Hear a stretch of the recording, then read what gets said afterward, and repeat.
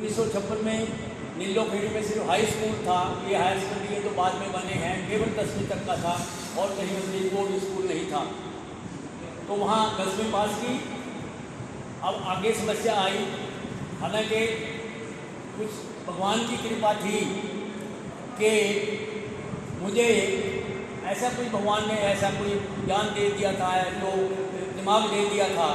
उस टाइम में ये जो साइंस और मैथमेटिक्स का सब्जेक्ट था, मेरा इंग्लिश मीडियम था 9वीं 10वीं में भी, क्योंकि वहाँ जो साइंस मास्टर थे उन्होंने परख लिया कि भाई तुम गाँव से पढ़ के आए हो, इसमें आए हैं, आपका ज्ञान है, कम से कम ये दो इंग्लिश में ले लो आप, आधे इंग्लिश आधे हिंदी। तो उसमें भी कामयाब रहा। अब आगे कॉलेज की बात आई, कोई कॉलेज में गया नहीं था, नज़दीक से जाते नहीं थे, दिक्कत नहीं थी। केवल दयाल सिंह कॉलेज करनाल एक था और कहीं या DAV कॉलेज अम्बाला था। इससे नज़दीक और कहीं कॉलेज भी नहीं था, केवल एक ही कॉलेज था ये। ना कोई कांटन में था, ना कुरुक्षेत्र में था, ना कैथल में था, और कोई 10वीं तक के स्कूल थे। तो मैंने वहाँ नॉन मेडिकल FSC, पहले वो FSC 12वीं को FSC कहते थे, FSC नॉन मेडिकल, डरते थे, लेते थे, रिजल्ट बहुत ख़राब आता था, वो पास की। उसके बाद में 58 से 60 में मैंने BA, A course B course, ये पहले होता था, अब भी कहीं कहीं है, यूनिवर्सिटीज में है ये, जिसको ऑनर्स के रूप में कहते हैं इसको। तो वो कन्वर्ट उसमें वो ले लिया। बड़ा मुश्किल था, कहा भी कि नहीं, पर क्योंकि मुझे ऐसा कोई भगवान ने दिया हुआ था और परसेंटेज मेरी ऐसी थी कि वो अच्छा चलाया। और वहाँ भी दयाल सिंह कॉलेज में मैं फर्स्ट थर्ड के करीब 2 बच्चे मेरे से ऊपर आए थे, एक लड़का और एक लड़की, बाकी थर्ड पोजीशन मेरी थी। पर मेरा वो थोड़े मेरे से मार्क्स इंग्लिश में ज़्यादा ले गए, मैथमेटिक्स में मेरे ज़्यादा थे उनसे सबसे। उसके बाद में जब मैंने 60 में ये की, वो इंजीनियरिंग में भी जा सकता था। मैथमेटिक्स के MA में भी सिर्फ केवल चंडीगढ़ ही एक कॉलेज था जहाँ 40 सीटें थी यूनिवर्सिटी, और कहीं MA भी नहीं थी, कहीं रोहतक लो, यहाँ कहीं लो MA नहीं थी। तो मुझे दोनों में दाखिला मिल सकता था। ना मुझे ज्ञान था, ना मुझे ये इसका पता था, पैसे नहीं थे। तो मैंने BEd कर ली कि चलो ये सस्ता कोर्स है। वो भी चंडीगढ़ से मैंने किया, बाहर रहकर अपने आप खाना बनाया, कहीं और रहा, खर्च नहीं किया कुछ। 1 साल 61 में वो की। फिर मैं नौकरी की मुझे चिंता नहीं थी कि जहाँ मैं जाऊँगा गवर्नमेंट में भी लग जाऊँगा और जहाँ कहीं वैसे प्राइवेट स्कूलों में भी लग जाऊँगा। जो मुझे ये चिंता थी नौकरी मुझे नहीं मिलेगी। नौकरी कुंजबरा स्कूल में मेरी सिलेक्शन होगी, मैं नहीं ज्वाइन किया। वो चौधरी ईसु सिंह की मेहरबानी थी कि मैं 61 में 1 साल के लिए उनके पास, वहाँ वो हाई स्कूल था, वहाँ हाई स्कूल में वहाँ वो हेडमास्टर थे, उन्होंने मुझे कहा, चंडीगढ़ मुलाकात हो गई थी फरवरी 61 में, कि आप आ जाइए हमारे स्कूल में। मैं कहा ठीक है, 1 साल करूँगा, ज़्यादा नहीं करूँगा मैं नौकरी। वहाँ में लग गया। वहाँ लगने के बाद उन्होंने कहा कि नंबर देखे, यहाँ मेरी सिलेक्शन, अपने कोई यहाँ पीपली में इंटरव्यू हुई मेरी, बिना मेरे से सवाल पूछे मेरी सिलेक्शन हो गई। कुंजबरा स्कूल की मुझे अपॉइंटमेंट आ गई, मैंने ज्वाइन नहीं किया। उन्होंने वो रोक ली, कहते हैं आप नंबरों की गंठड़ी बांधे बैठे हो, क्या करोगे, आप क्यों नहीं MA करते। मैं कहा MA तो खर्च बहुत आएगा, कोई चिंता ना करो, कोई दिक्कत नहीं। हालांकि मुझे लेना नहीं पड़ा, ना उनसे लेना पड़ा, ना सभा से लेना पड़ा, ना किसी से लेना पड़ा, क्योंकि जैसे मैं 62 में गया मैंने वो नौकरी छोड़ दी। 62 में मैंने MA ज्वाइन करी चंडीगढ़। वहाँ जाके मुझे पता लगा कि इतने scholarship, brilliant and poor students के लिए बहुत स्कॉलरशिप थे। कैरो प्रताप भी दिया करते थे, मुख्यमंत्री थे वहाँ के, यूनिवर्सिटी के भी थे, और भी कई संस्थाएं थी जो ब्रिलियंट एंड पुअर, ये 2 वर्ड उनके थे कि उनको हम देंगे। मुझे वो पता लगा, मुझे कई स्कॉलरशिप वहाँ मिल गई, जहाँ मैं अप्लाई करूँ वहीं से मिल जाए, क्योंकि हालात तो वह वेरीफाई भी करेंगे तो वो पूर कैटेगरी में ही हमारे घर से आती थी। इसलिए मुझे वो मिलता, मैं MA कर ली मैं चंडीगढ़ लग गया। 1964 में एक ही इंजीनियरिंग कॉलेज था पहले पंजाब में, केवल पंजाब इंजीनियरिंग कॉलेज, सारा कंबाइंड पंजाब था, हरियाणा तो था ही नहीं। वहाँ 1 साल नौकरी की। उसके बाद जब मैं नौकरी करके 65 में ये कुरुक्षेत्र का इंजीनियरिंग कॉलेज खुल गया। मुझे नहीं पता था, जुलाई में जैसे मैं गया एप्लीकेशन आने के लिए, मैंने वहाँ एप्लीकेशन डाल दी। साथी कहने के लगे जो डिपार्टमेंट में थे कि आप क्या करोगे कुरुक्षेत्र जाके, इतना अच्छा शहर छोड़ के जा रहे हो, मकान ले लो, यहाँ मिलती है। मैंने कहा नहीं, हमारे घर के नज़दीक है, मैं यहाँ आ गया। उसके बाद में मैं अकेले ही लेक्चर था यहाँ इसमें इंजीनियरिंग कॉलेज में, और मेरे ख्याल में अब भी इंजीनियरिंग कॉलेज में ज़्यादा अपने रात्रि के और लेक्चर नहीं हैं, रेगुलर हैं जो, वैसे हेड ऑफ वगैरह पे हैं, रेगुलर अपॉइंटमेंट गुजरती, वहाँ एंट्री मिलनी बड़ी मुश्किल है। यूनिवर्सिटी में भी बाद में साथी लगे, विजय राम जी जब यहाँ पढ़ते थे, एमए वगैरह में थे, और भी कई साथी थे। तो जो उसके बाद में ये इंजीनियरिंग कॉलेज खुल गया, इसकी क्वालिफिकेशन 11वीं के कॉलेज भी हो गए, यहाँ स्कूल हो गए, हाई सेकेंडरी स्कूल, 11वीं क्वालिफिकेशन थी इसकी। तो जो भी लड़का मेरे पास आता था कि जी मैंने साइंस के साथ की है और पैसे नहीं हैं, मैंने उसको सलाह दी, मगर तुम आज यहाँ दाखिल हो, तुम्हारा सारा इंतजाम मैं करवाऊँगा, मैं आप पहले से नहीं करूँगा। मुझे पता था कि कहाँ से मिलते हैं, यहाँ अप्लाई करो, यहाँ ले लो, यहाँ ले लो, और वो करके गए हैं। इसका ये भी कारण है कि अगर आप देखोगे यहाँ इलाके में जितने हमारे गांव से इंजीनियरिंग में हैं, शायद ही किसी गांव के इतने होंगे। अच्छी पोस्टों पे भी हैं, छुट्टी पे भी हैं, आते थे, कई बच्चे करके गए।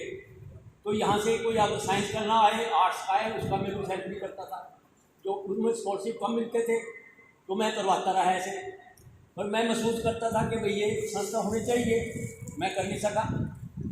तो चलते चलते 82 में से 80-82 के बाद जब मुझे लगा कि मेरे बच्चे भी छोटे छोटे, वैसे ठीक है 3 बच्चे थे, वो क्लास कोर्स में हो गए, मुझे दिखे के होनहार हैं, अब ये तो लाइन पे लग गए, अच्छे स्कूलों में हैं, कागज करवा दिए, अब मैं कुछ बरादरी की भी सेवा करूं भाई।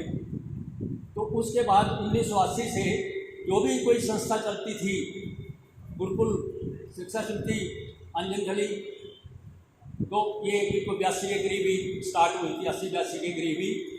चौधरी सुशी जी कहने लगे कि मैं प्रधान हूँ, पहले प्रधान वो थे कि आप सेक्रेटरी बन जाओ, मगर मैं पद नहीं कोई लेता, अब क्या करोगे? मगर हाँ काम करूँगा, पद नहीं लूँगा, काम करूँगा, काम ले लो, सदस्य रहा उसका। और मतलब जब तक कि ये नए रूल नहीं बने 212 तक, तकरीबन मैं हर एक का सदस्य रहा, चाहे कोई रोड सभा है, चाहे ये गुरुकुल है, चाहे कोई कॉलेज है, मोस्टली मैं हर एक का सदस्य रहा उनका। पद देते थे वो, मगर मैं पद नहीं मैं लेता। तो 86 में इन्होंने, अभी जरूरत तो थी, नाल के जो एम्प्लॉइज़ थे वहाँ, वही ये कोई दिसंबर 85 में उन्होंने कोई अपनी मीटिंग बुलाई वहाँ, मैंने उसमें बुलाया, उन्होंने वो यहाँ वहीं के इकट्ठे हुए, उन्होंने फैसला करा कि वैसे संस्था होनी चाहिए। फिर उन्हें दोबारा मार्च 86 में करी, तो उसके बाद उन्होंने जो फाइनल रूप करके सारा कुछ कर लाए, वो मेरा उसमें कोई योगदान नहीं था, सब कुछ उन्होंने किया, कार्यकारिणी बना ली। ये कोई मई 86 में मेरे पास आए, 2 मीटिंग करने के बाद 15-20 आदमी आए होंगे, आपने आगे 21 के नाम ले आए मेरे सामने कि ये 21 की सदस्य बना ली, हम ये करना चाहते हैं। मगर बहुत अच्छी बात है, मैं तो 20 साल से जा रहा हूँ, ये कर लो, मेरे से भी ले लो धन, अपनी धन आपसे तो अलग बात है, धन तो आप ही लोगे लोगों से, आप इस पर पहले नंबर पे साइन कर दो, मेरे से मैं तो पद नहीं लेता कोई। खैर उन्होंने मुझे कहा, तो मेरी इच्छा तो थी मन से, मैंने वो स्वीकार कर ली 86 में। उन्होंने फटाफट रजिस्ट्रेशन करा के मेरे सामने ला दी। धर्मवीर थे अपने करनाल से, वो दिल्ली रहते थे, उन्होंने सारा काम 1 महीने में करके रजिस्ट्रेशन ला दिया। कॉन्स्टिट्यूशन मैंने तो तब पढ़ के देखा तो कि उस पर कुछ उन्होंने 100 रुपये की पर्ची काट दी, उद्देश्य बहुत ज़्यादा थे। मैंने कहा भाई ये उद्देश्य तो पूरे कैसे होंगे, आपने 100 रुपये के हिसाब से आप लाख रुपये इकट्ठा कर लोगे, अभी कह दोगे इनको खर्च कर दो, ये तो बंद हो जाएगी संस्था अगले साल, ऐसी का तो मैं प्रधान नहीं बनूंगा। तो मैंने जब जनरल बॉडी मीटिंग उनकी पहले 21 की मीटिंग बुलाई, उनसे करवाया, मगर ये 100 वाला खाता ख़त्म करो, आपने जो 50 पर्ची काट दी हैं ये काट दो, उसको मैं बना लूँगा, वो 1100 देंगे, बाकी आप किसी की 100 की पर्ची ना काटना। 100 की पर्ची काट के 1000 आदमियों को मिलेगी, 1 लाख इकट्ठा होगा, तो कैसे करेंगे? फिर मैंने उनको कहा कि 1100 बड़ी मुश्किल आई, करते थे, मैं कोई बात नहीं करेंगे। तो खैर ऐसा मेरा थोड़ा ये उन लोगों की वजह से वो देने लगे, सारे सब ने सहयोग दिया, हमने ये शुरू कर दी, अदरवाइज़ तो ये शुरू नहीं होनी थी। उसके बाद में 86 में ये चली, गुरुकुल का मैं पहले सदस्य था, पद मुझे देते थे, मैंने नहीं लेता था मैं, और मैं उसका सदस्य रहा। काम पर मैंने उनको ये कहा था, जो काम आपके 2 दिन सैटरडे संडे हमारी 2 छुट्टी होती थी, 2 आपको दिन फ्री हैं, जब मर्जी मुझे ले जाओ, छुट्टी वाले दिन आ जाऊँगा, वर्किंग डे में जाऊँगा नहीं, कॉलेज का भी काम देखना है।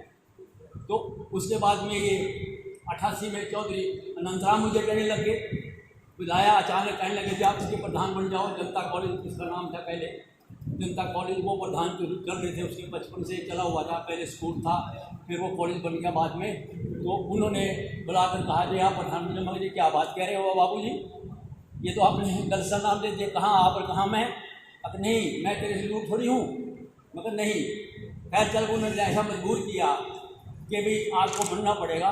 मगर ये ऐसा है, फिर आप कर ही रहे हो तो मुझे वाइस प्रेसिडेंट बनाओ, प्रेसिडेंट तो आप ही रहोगे, अब काम आप करोगे। मगर हाँ, काम सारा मैं करूँगा। हालांकि मैं कॉलेज में लगा हुआ था, तो उधर भी उसमें मैंने उनका हाँ कर दी। उसका भी मेरी इच्छा नहीं थी प्रधान लेने की, बनने की, पर क्योंकि उस करके उन्होंने कहा तो भाई चलो एक्सेप्ट कर ली। वो भी थी उसी टाइम पे 88 से, मैं वो 90 में उनकी डेथ होगी, 1990 में डेथ होगी। तो वाइस प्रेसिडेंट के नाते मैं प्रेसिडेंट ऑटोमेटिकली बन गया। 3 साल की टर्म होती थी उसकी। 91 से 93 दोबारा फिर मैं प्रधान मैं ही बन गया उस कॉलेज का, उन्होंने बढ़ा दिया लोगों ने। तो इस तरह से चलता रहा प्रोग्राम। वो भी मैं वहाँ भी जाता था, उसके भी पैसे इकट्ठे करता था, गुरुकुल के भी पैसे इकट्ठे करवाता था। रोड सभा का भी मैं सदस्य था, पद मैंने नहीं लिया, कभी भी देते थे, वो भी उनके भी लिए करता था। 2-2 दिन मैंने सबको बांट रखे थे कि 2 दिन एक सेलिब्रेशन में आप ले लो, एक आप ले लो, एक आप ले लो। मैं घर का कोई काम नहीं करता और आपके साथ चला करूँगा, पैसे कलेक्शन करवा दूँ। जब मैं गुरुकुल के लिए कलेक्शन के लिए गया तो मैं इसके लिए नहीं मांगता था पैसा, कहीं रोड सभा के लिए गया तो पैसा नहीं मांगता था दूसरी संस्था के लिए, उनसे मैं कोई कंप्लेंट किसी का एक दूसरे का नहीं होने देता था। कॉलेजों के लिए भी जब इसके लिए जाता था तो मैं अपने साथियों को, जो इसके कॉलेज के मेंबर थे, स्पेशली महेंद्र कुमार जी हैं, वो साथ ले लेता था और वो ले लेता था। ये भी काम किया, वो भी किया। अब पैसे इकट्ठे होने बड़े मुश्किल से, 1100 में दिक्कत आई। फिर तब पूछने लगे साथी के भी आपने कुछ किया, तो 3-4 साल तो हमें इसी में लग गए, 4 साल पैसे इकट्ठे करने में। और हम बहुत कम ही पैसा, 3-4 लाख जब इकट्ठे हो गए, मैंने कहा भाई आप ना शुरू तो करो कुछ, उद्देश्य तो बहुत रख लिए इसके और किया कुछ है नहीं, तो अब हम कुछ तो शुरू करें, कोई तो लो, आप इसके सदस्य हैं। तो सब ने कहा कि जी ये जो ब्रिलियंट और पुअर स्टूडेंट्स को दे दो स्कॉलरशिप। ब्रिलियंट पहले होना चाहिए, ग्रेड सेकंड पार्ट था। वो आप ब्रिलियंट कहाँ से देखें कि भाई 10वीं से ऊपर मिलेगा कि सर्टिफिकेट ये से तो कोई कह देगा स्कूल से कहीं और से, घर से, जी बहुत होशियार लड़का है, ये है वो, तो ये तो आधार उसका है 10वीं का हो, 12वीं का हो, BA का हो, तो ये अब ये भी बहुत कैंडिडेट हो जाएंगे। मान लो एक से वो पुअर है और वो आर्ट्स में उसमें नहीं चल पाया, तो ऐसा करो, पैसे तो हमारे पास इतने हैं नहीं, 30-40 हज़ार रुपये हम हर साल दे सकते हैं, प्रिंसिपल अमाउंट को मैं डिग्री नहीं दूंगा, इसमें बढ़ोतरी करेंगे। तो हमने 40,000 रुपये के उससे ये शुरू किया कि 40,000 रुपये साल के हम आसानी से दे सकते हैं। फिर इकट्ठे कर लेते थे और मिला दिया। तो जैसा कैसा भी हुआ, 98 में मैं रिटायर हुआ तो तब मेंबर कहने लगे जी आप ही चलोगे। नहीं, मैं कॉन्स्टिट्यूशन हमारा ये कहता है कि इसका वर्किंग जो नौकरी पे है वही हो सकता है। अगर मैं ही कॉन्स्टिट्यूशन को फॉलो नहीं करूँगा दूसरा कौन करेगा? मैं नहीं। तो वो नहीं मानने, तो अगली मीटिंग में मैंने महेंद्र कुमार से कहा कि आप पकड़िए, आपने मेरा साथ दिया है, मैं आपके साथ हूँ, ऐसे साथ दूँगा। फिर वो महेंद्र कुमार जी बन के 10 साल वो रहे। उसके बाद में वो 2006 के करीब वो रिटायर हो गए। तो उसमें फिर लोगों ने कहा कि जी आप ही चलते रहो दोनों, मगर ये तो कोई बात नहीं है कि अब आप बढ़ लो, आप करनाल में लग गए हो, मगर ये मेरी नौकरी नहीं है, ये तो लटे हैं मेरे लग रहे हैं। मैं तो वो नौकरी तो मेरी असली वहाँ थी जिसे नौकरी कहते हैं, वो मैं 98 से रिटायर हो लिया हूँ, 60 साल का हो गया। तो अब उन्होंने फिर मुझे कहा कि ये महेंद्र कुमार नहीं, ये महेंद्र कुमार जी आप इसको छोड़िए, किसी को चार्ज कर लो। तो तब प्रिंसिपाल से मैंने रिक्वेस्ट करी कि मैं तो पढ़ना नहीं चाहता, भाई मगर पढ़ना तो मैं भी नहीं चाहता था। मैंने 2 भाई ऐसे बिना पढ़ने, आप क्यों नहीं, कोई इलेक्शन नहीं होना, कोई कुछ होना, कोई एक आदमी विरोध करे तब तो ठीक है, तो इसको छाड़ता। और मैं समझता हूँ कि उसने जितना हमने काम किया, महेंद्र कुमार जी ने कोई लाइब्रेरी खुलवा दी और कोई इन्फ्लुएंसर सेंटर खुलवा दिया करनाल में, जो धर्मशाला में एक आदमी भी लगा दिया, उन्होंने भी काफ़ी काम किया। तो जितना मैंने महेंद्र कुमार ने इतने में किया, प्रिंसिपाल ने 4-5 साल में उसे कई गुना कर दिया, बढ़िया ये कहने से। तो इसने हमने कहा कभी अब आप करो, आप करिए। उसके बाद में इसने तो मेरे ख्याल में शायद 40 लाख पे हमारा बजट बढ़ा दिया और हम 4 लाख के करीब हर साल स्कॉलरशिप वगैरह देने की क्षमता में हो गए थे। 4 लाख हमेशा दिया करते थे। अब और कोई गतिविधि है तो बहुत इसकी भवन बन जाए, पर पैसे नहीं, कहाँ से करें। आज चोपड़ा जी हैं, वो भी स्टूडेंट रहे हैं हमारे, मेरे में पढ़े हैं वो चोपड़ा जी, यहाँ इंजीनियरिंग की है उन्होंने किसी कॉलेज से, तो वो बढ़ गए। कहा हाँ ठीक है बढ़ गए, थोड़ा कोरोना वगैरह आ गया, कुछ और ज़्यादा गतिविधि नहीं हो सकी, उन्होंने फिर अपने क्षमता के मुताबिक उन्होंने भी काम किया है, कम से कम कुछ न कुछ बढ़ाया ही है। अब आप मुझे ध्यान नहीं हो सकता है कि 50 लाख के करीब इनकी कोई राउंड वाउंड हैं, 50 लाख के करीब, थोड़ा मैं तो अंदाज़ा ले लेता हूँ कि इतनी है, क्योंकि 13 तारीख को इसने विनोद जी ने मुझे कहा कि जी मीटिंग में आ जाओ, करनाल हम वो स्कॉलरशिप बांट रहे हैं। मैंने कहा कि मुझे क्यों तंग करते हो, एज की वजह से हमारा कोई है नहीं, मुझे तो आप ये फंक्शन की बताओ, उससे खुशी हो जाती है, आऊँ या ना आऊँ, मुझे तो खुशी है क्योंकि मैंने लगाया है। मैंने ये सोचा था कि मैं इसको बंद नहीं होने दूंगा, और वो अब इस स्थिति में आ गया कि बंद नहीं होगा, कम से कम चलता तो रहेगा, बढ़ता हो बुरा हो। तो जो मैंने सोचा था 100 रुपये की, जो कई संस्थाएँ 100 रुपये के, मैं उनसे बनना चाहता था, मैं उन्होंने बढ़ाया कि जी नहीं दे हो, वो चल नहीं रही, सब की थी। मैंने उनको कहा भी, मैं 100 वाली संस्था नहीं चलेगी भाई, तुम 50,000 इकट्ठे करोगे, वो उतने खर्च कर दोगे, बचेगा क्या। जब तक के नहीं होता पल्ले तो संस्था नहीं चल सकती। इसलिए मैंने 1100 रुपये दिया लोगों ने, और तभी थोड़ा सा अब वो संस्था चलती रही। तब की बात थी ये तो जो 20 साल पहले होनी चाहिए थी। बाकी मेरा योगदान इसमें कम है, करने वाले वो हैं। बाकी ये जरूर है कि उनके दिया हुआ जो उनके पद मुझे था, मैंने वो संभाल के रखा, कोई इंटरफेरेंस नहीं होने दी किसी की भी। हालांकि मैं सब संस्थाओं में जाता था, चाहे वो गुरुकुल की है, चाहे वो रोड राजरी की है, चाहे वो किसी कॉलेज की है, मैं हर का तकरीबन मैं नहीं, वो खुद ही बनाते थे। जब ये तो थाने के भी फार्म भरो, फार्म तो भरना नहीं था, वो मुझे पूछ रहे पद ले लो, मगर पद तो मैं लेता नहीं, मेंबर बना दें, मगर हाँ मेंबर बना दो, काम कर दूँगा आपका, मैं जो भी कहोगे सलाह देंगे, काम कर दें। तो मैं यहाँ तो सलाह देता ही रहा लोगों को। इसमें फिर आपने अगर मीटिंग करती रही हम, तो मेरा इससे संपर्क कैसे रहा, अभी चलता रहा। अब उसके बाद में इन्होंने भी किया। अब आजकल ये भाई सूर्यबान जी हैं, इन्होंने मुझे परसों टेलीफोन किया कि जी आप आ जाओ, थोड़ा बहुत कुछ बता जाना। तो ठीक है जी आ जाएगा। भाई पहले तो मैंने इनको यही कहा कि हमारी एज आप वाला नहीं करती हमें, अब तो आप लोग संभालो, हम तो खुश हो जाते हैं, आपने बता दिया, हम खुशी हो गई इसलिए कि हमारा ये चला हुआ काम। तो अब उन्होंने भी कहा कि जी नहीं ये तो कुरुक्षेत्र में है, मगर ठीक है वहाँ जाऊँगा। विनोद जी ने मुझे पिछली बार 13 तारीख को कहा था, मैंने इस पर मैं ज़्यादा दूर नहीं आ सकता, तुम है चलाओ, ये चलती रहे सारा। अच्छा अब इसकी दो हैं कि एक तो कोई ना कोई, मेरी इच्छा ये है कि इसका एक तो कोई भवन कहीं 100 गज कहीं जगह मिल जाए, करनाल में हो या कुरुक्षेत्र में हो या गुड़गांव में हो, और किसी जगह कोई फ़ायदा नहीं होगा अगर हम कोई पैसे लगा भी देंगे। 100 गज कहीं जगह हो जाए, उस पर एक भवन हो जाए, अपनी जगह अपनी होती है। बेशक ये हमारी जगह है, ये फिर ऐसा वो बात नहीं है जिसमें कि हम कोई अपना परमानेंट कोई वो कंप्यूटर का सेट जमा कर दे, किताबें ला दे, कोई और करते हैं। वहाँ 100 गज में भी बहुत बन जाता है, नीचे बना लो ऊपर बना लो, वो कहीं जगह हो जाए। 3 शहर या में शूट करें, कोई कहे भी हम कहीं दिल्लगढ़ी में बना दें या कहीं हम और कहीं बना दें, वो इतनी जचेगी नहीं, वहाँ जाएंगे नहीं, बच्चों को फ़ायदा नहीं होगा, ट्रांसपोर्टेशन का साधन भी ठीक होना चाहिए। तो एक तो ये हो जाना चाहिए। दूसरे जो जिन्होंने हमारे से कुछ फ़ायदा ये संस्था से लिया है, क्योंकि जो मेंबर हैं उनकी तो तनख्वाह इतनी है, वो तो इनकम ग्रुप के हिसाब से उनके बच्चे तो स्कॉलरशिप ले ही नहीं सकते, मेरे बच्चे नहीं ले सकते, इनके बच्चे नहीं ले सकते, इनके बच्चे नहीं ले सकते, क्योंकि वो तो इनकम ग्रुप की हमारी कंडीशन है उसमें, गरीबी में भी, या इतनी ज़मीन हो या इतनी इनकम हो, तो उस कैटेगरी में मेंबर हैं, उनके बच्चे तो नहीं आ सकते। पर दूसरे हैं वो फ़ायदा लेने सारे लेते हैं, पर जो फ़ायदा ले गए हैं कम से कम उनसे संपर्क करिए। भाई आप ये जो है आप इसके और भी धन, ये मेंबरशिप का नहीं और थोड़ा ज़्यादा भी दीजिए ताकि ये संस्था चल सके। तो इस तरह से ये संस्था चलती रही है। मुझे तो इससे बड़ी खुशी होती है कि मैं सुन लूँ, वही बहुत है कि एक जो संस्था चलाई थी और वो चलती रही। मैं पद का किसी भी जो मैंने 2 पद लिए हैं, इससे नीचे मैंने कोई पद नहीं लिया, वो ज़बरदस्ती मुझे दिए गए। मैं मेरी इच्छा न पहले थी ना अब है। तो इस तरह से आप सबका धन्यवाद है कि जैसे आप जानी देवी जी हैं, बहुत अच्छा काम किया है। मैं ये हमारे गुरुकुल में भी थी, वहाँ पे इनकी बहुत अच्छे काम था, वहाँ से भी कॉलेज में बड़ी हिम्मत की इन्होंने, लेक्चर लग गई, उस टाइम पे लेक्चर लगना भी उतना मुश्किल था।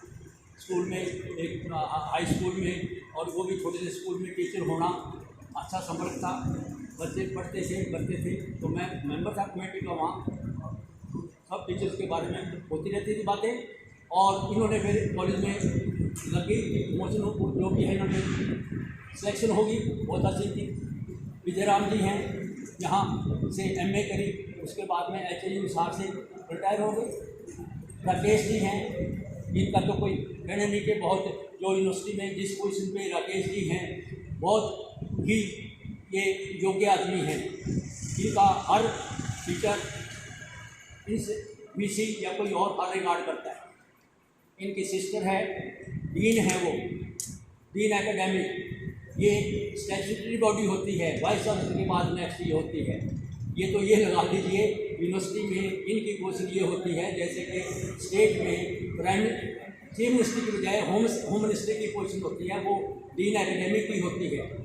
बल्कि ये उससे मैं तो ऊपर समझता हूँ कि डीन एकेडमिक स्टैट्यूटरी बॉडी है, एक दफ़ा अपॉइंटमेंट होने के बाद टर्म अपॉइंटमेंट है, इनको कोई हटा नहीं सकता। वो ये इक्वली वो करते हैं, तो वो बहुत अच्छा काम कर रही है।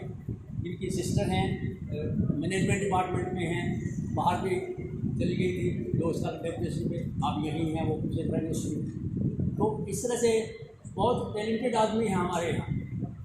तो अब ये सारे काम होते हुए मैं आप सबसे अनुरोध करता हूँ कि जितना भी आप इससे सहयोग दे सकें सहयोग दीजिए। और कोई इसका और उद्देश्य बहुत है, खाली है कि ये नहीं है फिर वो करना, हमने ये करना। लाइब्रेरी भी की थी, गाइडेंस भी की थी, अकेले में तो गाइडेंस देते हैं। ऋषिपाल जी ने इतना अटम्ब तैयार कर दिया था कि सबके कॉन्टेक्ट बता दिए थे। हमारा आदमी वहाँ बॉम्बे में है, हमारा आदमी पूना में है, हमारा आदमी वहाँ पर है, बाहर है, फॉरेन में है, श्रीनगर में है, और ये कॉन्टेक्ट नंबर है। बड़ा काम किया था, बहुत हेल्प होती थी उससे। तो इस तरह से तो मैंने जो लोगों ने मुझे पे विश्वास दिलाया था, मैंने सोचा कि मैंने अपनी तरफ से वो पूरा किया है। क्योंकि मेरी पोजीशन ऐसी थी कि आगे कोई मेरे से अच्छी पोजीशन पे भी थे, मुझे उनसे मिलने से कोई संकोच नहीं था। जो निचली पोजीशन पे थे उनसे भी कोई संकोच नहीं था, और उनको भी कोई मेरे से बात करने में संकोच नहीं था। चाहे कोई ऊपर वाला है, चाहे कोई नीचे वाला है, चाहे कोई पॉलिटिशियन है, वो भी बात कर लेते थे। क्योंकि मैं सारी संस्थाओं से जुड़ा हुआ था, एक दूसरे का मैंने विवाद कभी नहीं होने दिया। कभी भी देखा हमने, अभी ये नहीं होता कि हमारी जो ये है किसी के विवाद नहीं, किसी की काट नहीं करती, किसी की डिपार्टमेंट की काट नहीं करती, किसी हमारी दूसरे संगठन की काट नहीं करती। तो इसमें जो कोई इसी की जो सुधाई करे, इसी की बुराई बताए, वो करे, वो इंटरटेन करते हैं। तो आज इन बातों के साथ मैं आप सबका धन्यवाद करता हूँ। शायद आपके 2-4 मिनट फालतू ले लिए हों, तो ये थोड़ा इसका बताना बैकग्राउंड जरूरी था। इस आदमी